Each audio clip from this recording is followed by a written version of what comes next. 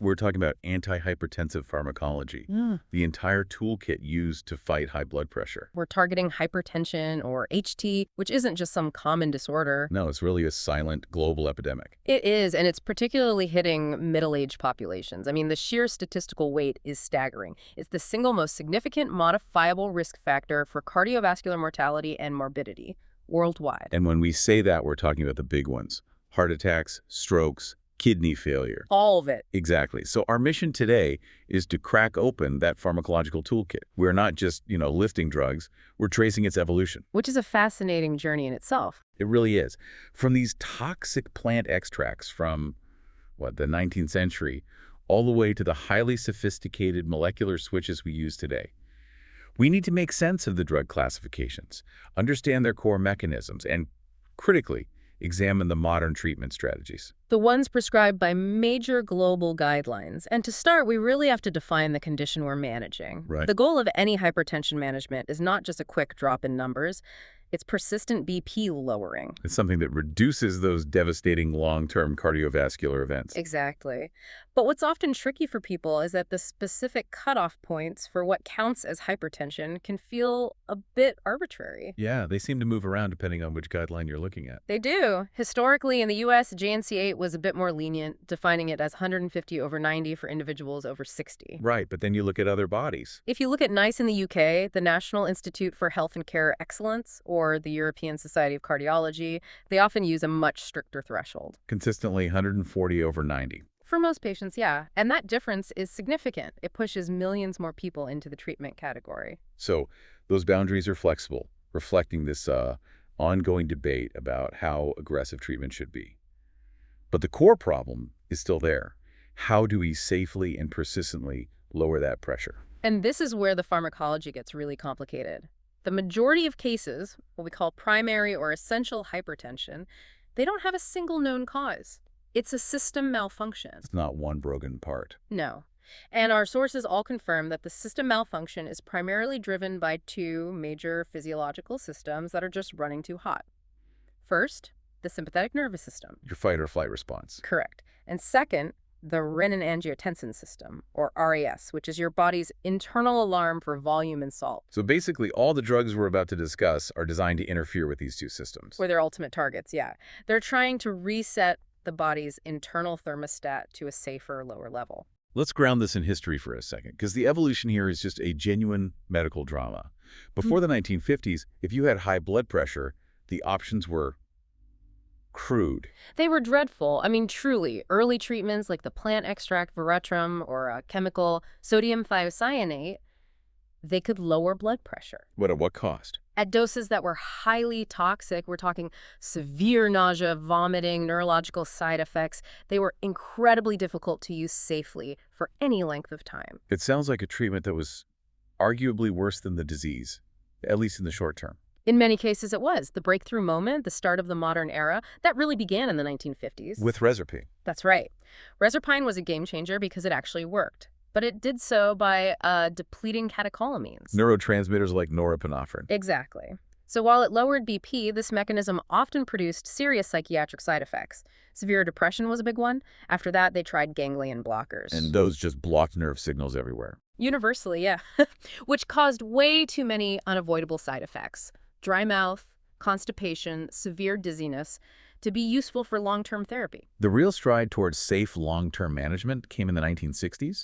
This is when we got agents that are still the backbone of therapy today. That's right. Methyl-dopa, the first generation of beta blockers, and the incredibly useful thiazide diuretics. And then the game completely changed with this explosion of molecular sophistication. The later additions, yeah. ACE inhibitors, which target the hormonal cascade directly. Angiotensin receptor blockers, which are even more selective. And the versatile calcium channel blockers. This systematic, evidence-based refinement is what allows us to tailor treatment so specifically today. Right, selecting drugs based on a patient's unique profile and any other diseases they might have. Okay, let's unpack this with a clear functional roadmap.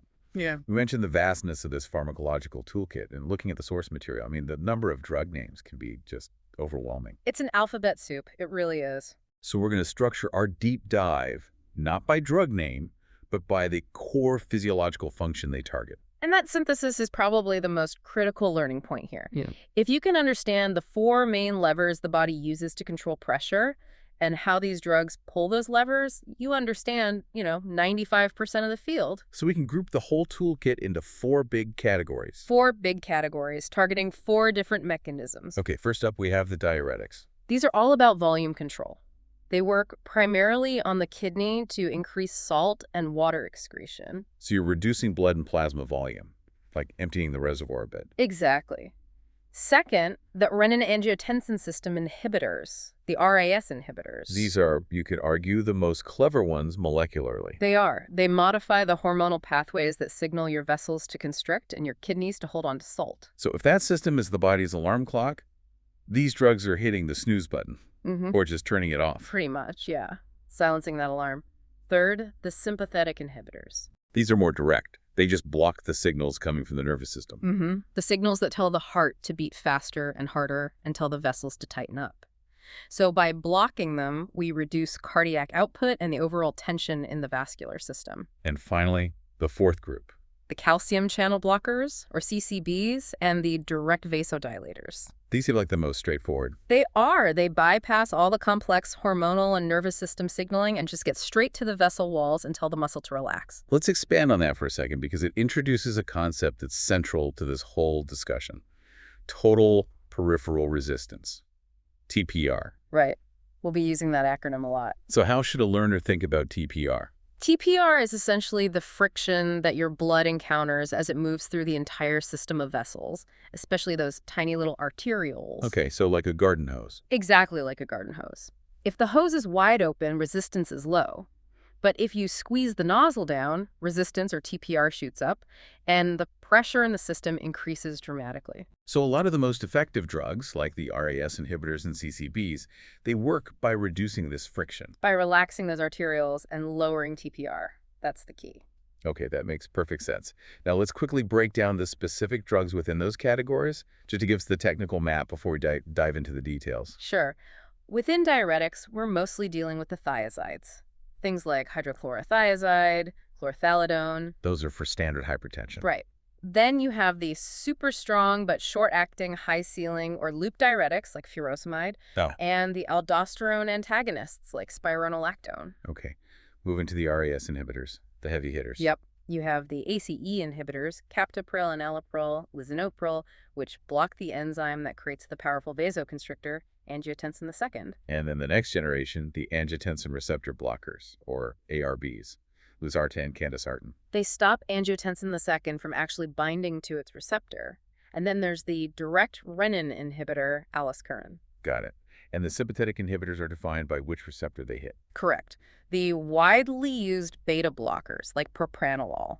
The dual-action alpha plus beta blockers, like labetalol. The pure alpha blockers like prazosin, and then those older centrally acting agents. The central sympatholytics, clonidine and methyldopa. And wrapping up with the direct vascular tone modifiers, the CCBs. You can break them down into subclasses. You've got the ones that affect the heart, like verapamil and diltiazem, and then the ones that are primarily for the vessels, the dihydropyridines or DHPs. Like nifedipine and amlodipine. Right. And finally, the pure, potent vasodilators, the arterial dilators like hydralazine and minoxidil, and the fast crisis-level arterial plus venodilators like sodium nitroprusside. So that classification, it's not just a list of names, it's a framework for understanding exactly how we're intervening in the body's pressure system. That's the whole point. That framework is absolutely essential. So let's jump straight into the first cornerstone, the drugs that have defined hypertension treatment for, over half a century? Diuretics. Yeah. It seems almost too simple, just getting rid of fluid. But thiazides are the historical workhorses here. They absolutely are. Thiazides like hydrochlorothiazide, HCZ, chlorthalidone, and indapamide have been the standard initial therapy for uncomplicated HT for decades. And it's because of their proven efficacy in reducing long-term events like stroke. But there's been a pretty significant evidence-driven shift recently. A big one, yeah. The source material notes that modern guidelines, specifically NIATC, now favor chlorthalidone and indapamide over the long-time standard, HCZ. Why that specific preference now? It really just boils down to duration and proven long-term benefit. To protect you against something like a stroke, you need consistent 247 blood pressure control. Not just for a few hours. Exactly. And HCZ's duration of action is relatively short, often less than 24 hours. Chlorthalidone, on the other hand, can last over 48 hours. Wow, that's a huge difference. It is. And indapamide is also long-acting, around 16 to 20 hours. This superior round-the-clock BP lowering just means better overall protection. So let's get into the true mechanism, the aha moment, that makes them more than just, a simple volume pill. Initially, sure, diuresis reduces plasma volume and cardiac output by maybe 5 to 15%. But if that was the only effect, the body would just compensate, and the drug wouldn't work long-term. Right. The initial volume drop isn't the main benefit. No, the long-term magic happens after about 2 to 4 weeks of steady use. That's when we see a reduction in that all-important total peripheral resistance, the TPR. So the key takeaway is you are not just peeing out the pressure. The drug is subtly changing the actual tension in the vessel walls themselves. Precisely. This TPR reduction seems to be related to a modest decrease of sodium content inside the vascular smooth muscle cells. Okay, so less sodium in the cell wall. And when those cells have less sodium, they become more relaxed. They lose their rigidity, which improves vessel compliance and dampens the contractile response to nervous system signals like norepinephrine. The vessel is just less cranky. This realization is so critical because it justifies the low-dose focus. It does. If the maximum antihypertensive efficacy, that sweet spot of TPR reduction, is reached at a modest dose, say 25 milligrams a day of HCZ, then higher doses are just counterproductive. They don't give you any more BP lowering. No. Pushing the dose past that point only increases the diuresis, and more importantly, it dramatically increases the side effects without offering any extra benefit. And the really impressive benefits, like that stroke reduction of up to 49%, that's all seen at those lower doses. At 12.5 to 25 milligrams a day, yes. Okay, now we have to talk about the trade-offs. Because these drugs are so effective, they're staples, but they come with significant metabolic costs that you have to track. Hypokalemia, low potassium is the big one. It shows up as muscle pain and fatigue. But the clinical concerns actually go much deeper. You mean the metabolic disturbances? Right. Thiazides are associated with dyslipidemia, a rise in total cholesterol, LDL, and triglycerides. Yeah. And very concerningly, hyperuricemia. Which can trigger painful gout attacks. It can, and then there's the connection to blood sugar. Right, the carbohydrate intolerance. Yes. They carry a risk of that, potentially contributing to prediabetes or making existing diabetes worse. And this is often thought to be because the potassium depletion can inhibit insulin release. And when you add in the quality of life side effects like weakness, fatigue, erectile dysfunction. You have a potent mix of reasons why a patient might just stop taking the drug, even though it's offering incredible long-term protection. It's a fundamental tension for the clinician. Amazing long-term protection versus a real impact on metabolic health and day-to-day comfort. Yet they remain first line, because no class has a longer, more convincing track record of actually reducing death and disability, especially from stroke, and they're inexpensive. Okay, moving quickly to the other diuretics. The high-ceiling or loop diuretics like furosemide. They're fast and powerful, but why are they weak for uncomplicated HT? It's all about the pacing. They cause this massive flush of fluid, but their duration of action is super short, only 4 to 6 hours. And the body fights back. The body panics. It triggers intense compensatory mechanisms, mainly immediate sodium and water retention later in the day. For a chronic, stable condition, that roller coaster effect just makes them unreliable. So they're reserved for volume overload crises. Exactly. Their use case is very specific. HT complicated by a chronic renal failure where you need that powerful fluid clearance, or in congestive heart failure. And finally, the aldosterone antagonists. Spironolactone and epinephrine. What's their unique niche? They lower BP, but weakly, by blocking aldosterone receptors. They're not usually used alone, but their role in resistant hypertension when that primary triple therapy fails is critical. And epinephrine is the newer one. It is. It's generally preferred because it's more specific to the aldosterone receptor, which means it causes fewer of the notorious hormonal side effects of spironolactone. Things like gynecomastia in men or menstrual irregularities in women. Exactly. And their other critical role is protecting the structure of the heart itself. They've been shown to reduce ventricular hypertrophy, that unhealthy thickening of the heart muscle, and fibrosis or scarring. So they're indispensable in managing chronic heart failure. Even at low doses, yes. So if diuretics were the first cornerstone, the renin-angiotensin system inhibitors are the foundational building blocks of modern therapy. This is where we learn to surgically interrupt the body's own hormonal alarm system. The RAS inhibitors, and specifically ACE inhibitors, are consistently and universally labeled as first-choice drugs in all grades of essential hypertension. Particularly in younger, non-Black populations who tend to have higher renin levels. Right. They block the enzyme, angiotensin-converting enzyme, that turns the relatively inactive angiotensin I into the highly potent angiotensin II. And angiotensin II is the hormone that's yelling, "Vessels constrict! Hmm. Kidneys, hold on to that salt." That's a good way to put it. And blocking its creation achieves two things at once. Okay. It lowers BP, and it reduces the damage that angiotensin II causes over time, like remodeling and fibrosis in the heart. And this dual action leads directly to the concept of compelling indications. Right. This is where the drug offers a benefit far beyond just lowering a number. ACE inhibitors are used widely in patients with heart failure, post-heart attack, and those with left ventricular hypertrophy. And they also have a massive specific benefit for the kidneys. Profoundly renoprotective. In patients with diabetes or chronic kidney disease, ACE inhibitors can slow the progression of kidney damage better than almost any other class of drug. They're often prescribed even when the BP elevation is mild, just for that protective effect. Yes. But every masterpiece has its Achilles heel, and for the ACE inhibitors, it is the persistent dry cough. It's the most common reason people stop taking them, affecting up to 20% of patients. And the mechanism is key. It's about bradykinin. It is. The ACE enzyme doesn't just convert angiotensin A, it also breaks down a substance called bradykinin. So when you inhibit ACE, bradykinin levels rise, they irritate the respiratory tract, and you get that signature, persistent, non-productive cough. And while it's rare, there's always the risk of angioedema. That dangerous swelling of the face and throat, yes. Which brings us to the elegant solution that pharmaceutical science came up with, the angiotensin receptor blockers, or ARBs. Like losartan and candesartan. They stepped in to solve the cough problem entirely. How do they do that? It's a subtle but brilliant difference in mechanism. While ACE inhibitors block the production of angiotensin II, ARBs simply block the AT1 receptor. The physical parking spot on the vessel walls where angiotensin II binds. Exactly. Angiotensin II is still produced, but it's prevented from executing its orders. And since ARBs don't touch the ACE enzyme, they don't interfere with the breakdown of bradykinin. Precisely. No cough. So they offer similar efficacy, similar cardio and renoprotective benefits, but they are remarkably free of that major side effect. It makes them the perfect substitution for anyone who can't tolerate an ACE inhibitor. Okay, finally in this class we have the direct renin inhibitor, aliskiren.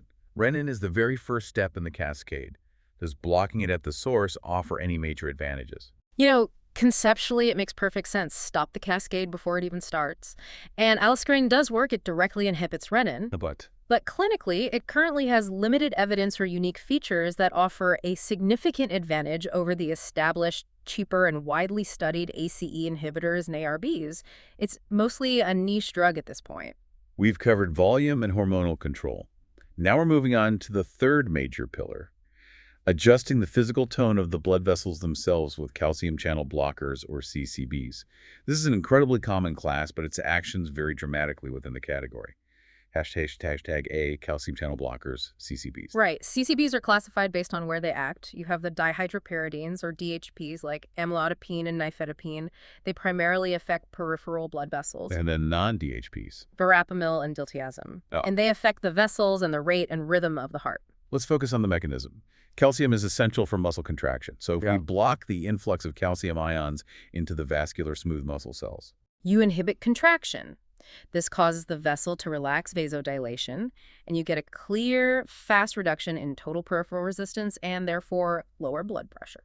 And a key clinical advantage is they do this without causing as much of that reflex tachycardia that some of the older drugs do. That's right. They're a bit smoother. And similar to diuretics, they are particularly effective in certain demographic groups. Older patients, Black patients. And patients with isolated systolic hypertension, where just the top number is high. They fill a crucial gap for patients who don't respond well to RAS inhibitors. Okay, now let's drill down into that crucial distinction, because this dictates their clinical use and their side effects.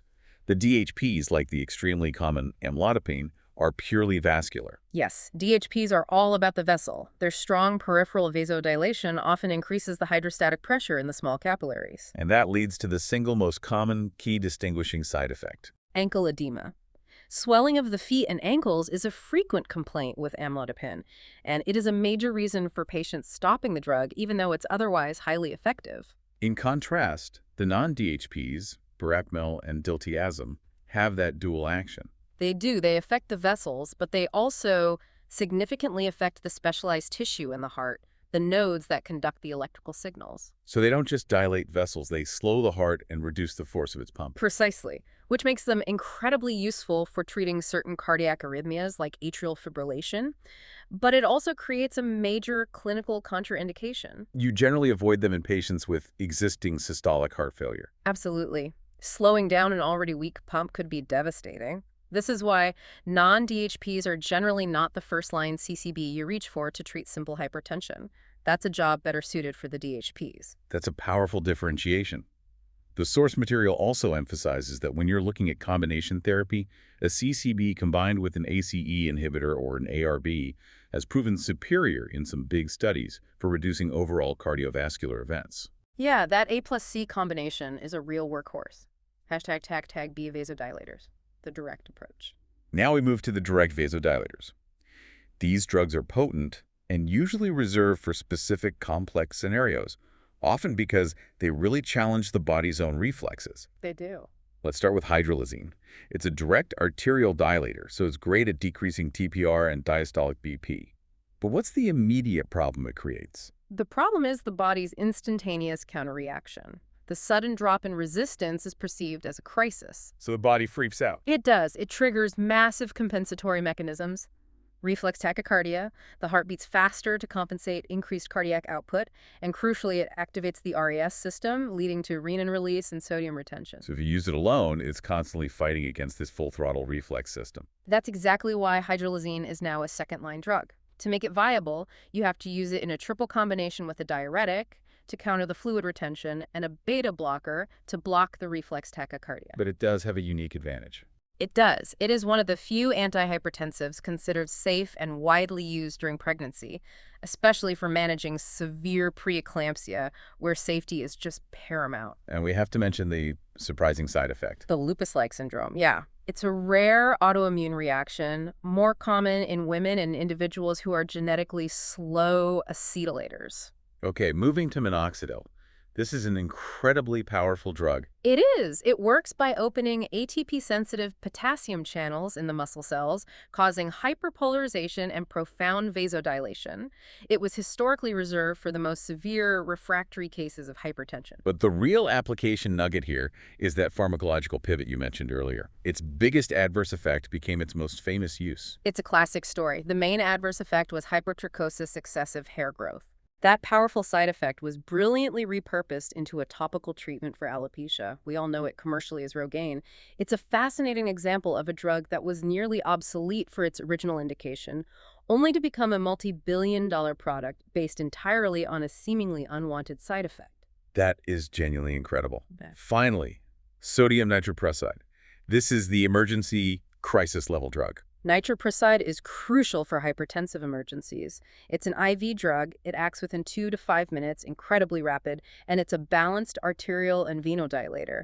It works by releasing nitric oxide. That speed makes it indispensable in a life-threatening crisis, but the toxicity warning is severe. It's the reason its use is so restricted. Nitroprusside metabolizes rapidly and it splits to release cyanide. Cyanide. Yes.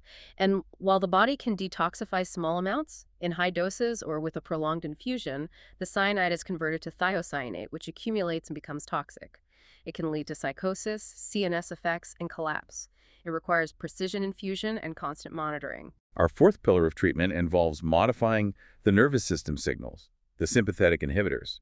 And this is where the status of a major class, the beta blockers, has shifted dramatically in modern medicine. Hashtag A, beta-adrenergic blockers.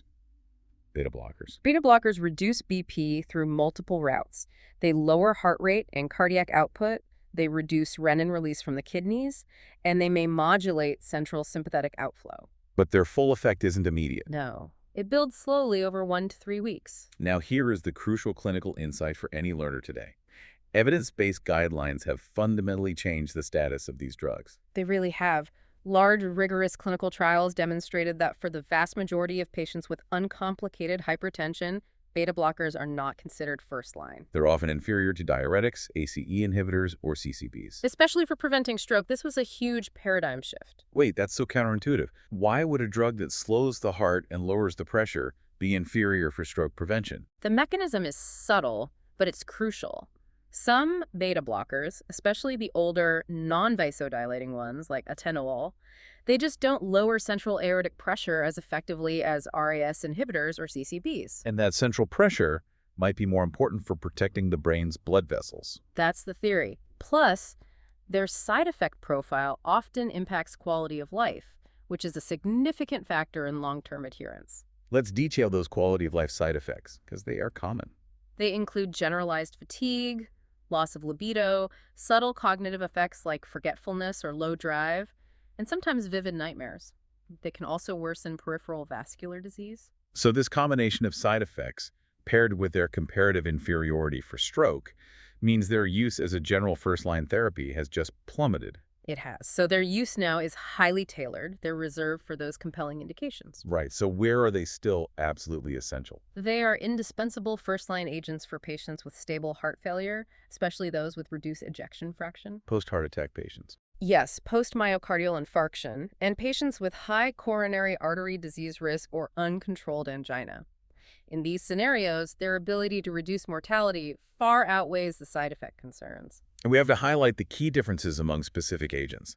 The combined alpha and beta blockers, like labetalol and carvedilol, are vital. Labetalol is exceptionally versatile. It's highly effective in hypertensive emergencies, and crucially, it's one of the safest and most commonly used antihypertensives during pregnancy. And carvedilol.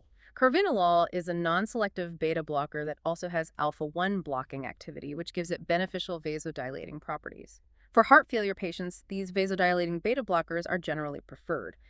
Tag B alpha adrenergic blockers, alpha-1 blockers. Next up, the pure alpha blockers like prazosin.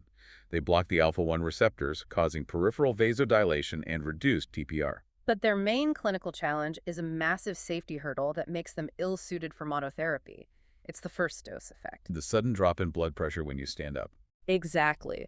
Blocking those receptors causes sudden pooling of blood in the periphery, which translates to postural, hypotension, dizziness, lightheadedness, and even fainting. So that risk of fainting limits their use for general hypertension, but they do have a useful secondary role. They do. Prazosin and its relatives also block those same receptors in the prostate. So they can help relieve symptoms of benign prostatic hypertrophy or BPH. Right. Which makes them a beneficial choice for older male patients suffering from both HT and BPH symptoms. They're often combined with a diuretic or a beta blocker to try and mitigate that orthostatic risk. Tag BPC, central sympatholytics, the historical agents. And finally, the central sympatholytics, drugs that try to calm the sympathetic nervous system down directly in the brainstem. Clonidine is the main agent here. It works on central alpha-2 receptors in the brainstem, which acts like a brake pedal on the sympathetic nervous system, dramatically decreasing outflow. And while it works, the safety hazard has basically relegated it to a reserve agent. That safety hazard is the potential for catastrophic rebound hypertension upon sudden withdrawal. Meaning, if you stop the drug suddenly, your blood pressure could spike to fatal levels. It could, because the body upregulates its sympathetic receptors to compensate for the drug. If it's suddenly stopped, the sympathetic system surges back to life. This risk means it's only used when adherence is absolutely certain. It also has those common side effects like profound sedation and dry mouth. Yes, but because it calms the nervous system, it's sometimes used for managing withdrawal from opioids or alcohol, or even for some menopausal symptoms. But for chronic HT, the risks generally outweigh the benefits. And then there is methyldopa, the historical agent from the 60s and 70s. Methyldopa is a classic case of a drug retired from general service, but still indispensable in a niche. That niche being? Treating hypertension during pregnancy. Right, because it has the longest, most thoroughly documented track record of safety for both the mother and the developing fetus in that critical scenario. It's a historical staple in obstetrics. We've covered all the individual tools in the pharmacological toolkit. Now we need to talk about the strategy, how these powerful drugs are actually deployed in clinical practice. The goal is clear. Persistently reducing morbidity and mortality by reaching a target BP with minimal adverse effects. But the decision to treat is complex. It relies on a holistic risk assessment. It's connecting the dots. The urgency of treatment is determined not just by the BP reading, but by the presence of other cardiovascular risk factors that multiply the overall danger. Precisely. If you look at the risk factors that compel earlier treatment, they include age over 55 for men, 65 for women smoking, dyslipidemia, diabetes, obesity, chronic kidney disease, and a sedentary lifestyle. So a patient with mildly elevated BP, but 3 or 4 of these risk factors, is often treated more aggressively than a younger, healthier patient with slightly higher pressure. Absolutely. And this brings us back to that concept of compelling indications. This is the art of matching the drug to the underlying disease. It's a cornerstone of modern therapy. The best drug isn't just the one that lowers pressure, it's the one that treats the HT and offers added protective benefits. So for a patient with heart failure, the treatment must include a diuretic and an ACE inhibitor or an ARB. Those are mandatory. And if they have diabetes or kidney disease. The RAS inhibitors, the ACEI or ARBs, are compelled because of their specific renoprotective properties. If a patient has a history of a heart attack or stable heart failure, beta blockers become a mandated first-line choice. Regardless of the standard algorithm. Right. The compelling indication often overrides other guidelines. #tag HAMF People Modern Treatment Guidelines, NICE 2011 JNC8. Okay, so for the vast majority of patients without these compelling indications, clinicians use a standard stepped approach. The NICE 2011 guidelines provide a clear 4-step strategy based on age and race. Let's lay out that ACD strategy. The brilliance here is the initial stratification. It recognizes that hypertension often presents differently based on underlying hormonal activity. Step 1 is initiation. You divide patients into 2 groups. Group A, age under 55 A and D, non-Black. These patients often have higher levels of renin activity. They're RAS dependent, so you initiate treatment with an ACE inhibitor or an ARB. We call this A. Okay, then group CD is age 55 or older, or a patient who is Black, regardless of age. Right. These patients often have lower renin activity, sometimes called volume-dependent or salt-sensitive hypertension, and they respond poorly to RAS inhibitors initially. So the choice is a calcium channel blocker, C, or a diuretic D. Exactly. Specifically, a thiazide-like diuretic like chlorthalidone or indapamide. So the initial choice is an educated guess based on the likely underlying physiology. What happens if BP is still high? Step 2, combination. If you don't reach the target BP, you just combine the 2 appropriate drugs. If you started with A, you add C or D. So you pair the RAS inhibitor with either a volume reducer or a vascular dilator. And if that fails, Step 3, triple combination.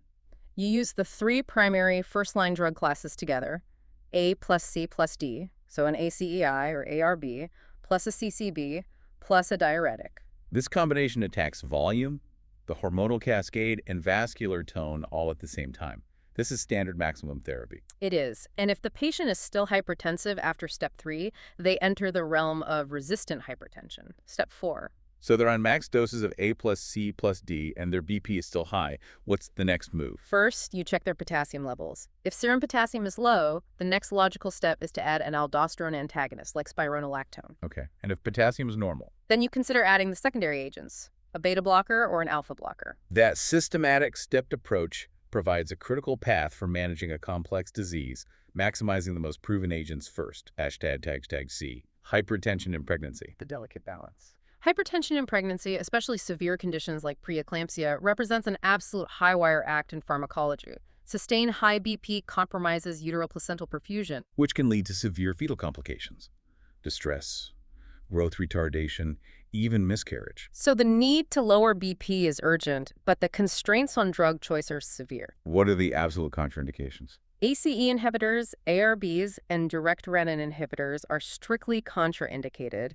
The source material is emphatic about this. They are known to cause severe fetal damage, especially to the kidneys and lungs. It's non-negotiable. So we turn to the safe options that have been validated over decades. Yes, the choices are highly specific. Labetalol, the combined alpha and beta blocker, is highly effective and one of the most widely used first-line agents. Nafdupid, the sustained-release CCB, is also a common choice. And finally, methyldopa, which we noted is now retired from general use, maintains its vital position here due to its exceptionally long proven track record of fetal safety. #TAG/DD, hypertensive emergencies. The clock is ticking. Finally, the most acute scenario, hypertensive emergencies.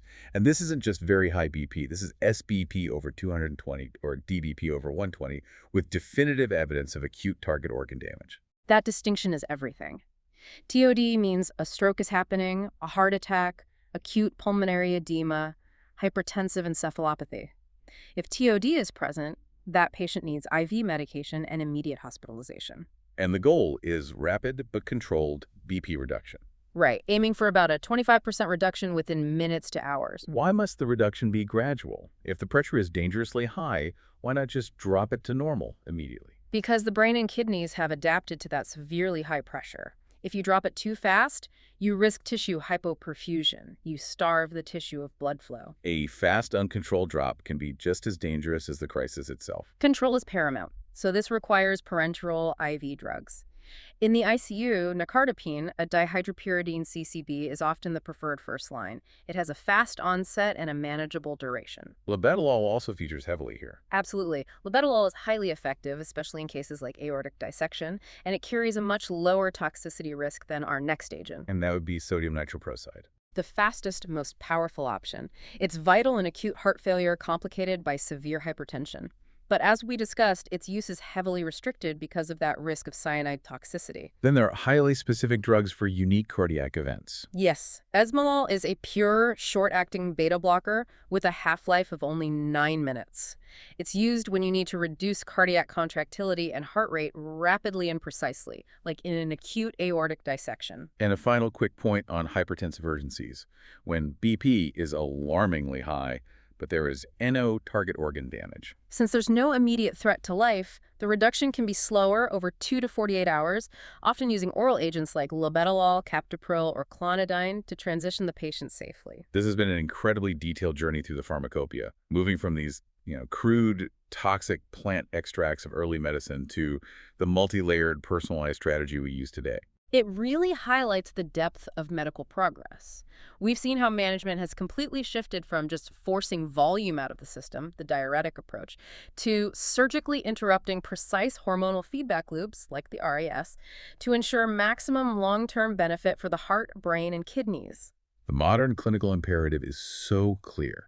The selection of treatment is highly personalized, based not just on the number on the blood pressure cuff, but on comorbidities, those compelling indications and patient demographics like age and race to achieve sustained vascular protection. And that sophistication leads us to a final provocative thought for you to mull or explore on your own. We've established that current guidelines separate patients based on broad strokes, age, and race because they correlate roughly with high or low renin status. So given the complex and sometimes contradictory data we've seen, and the existence of 4 separate drug classes that are all considered first line depending on that profile, how might personalized genetic or biomarker data further refine the stepped approach, moving us beyond simple age and race distinctions to truly target specific individual drug responses and metabolic vulnerabilities, like the risk of gout or diabetes? Something to think about as pharmaceutical research continues to push the boundaries of personalized medicine. That was The Deep Dive. We'll see you next time.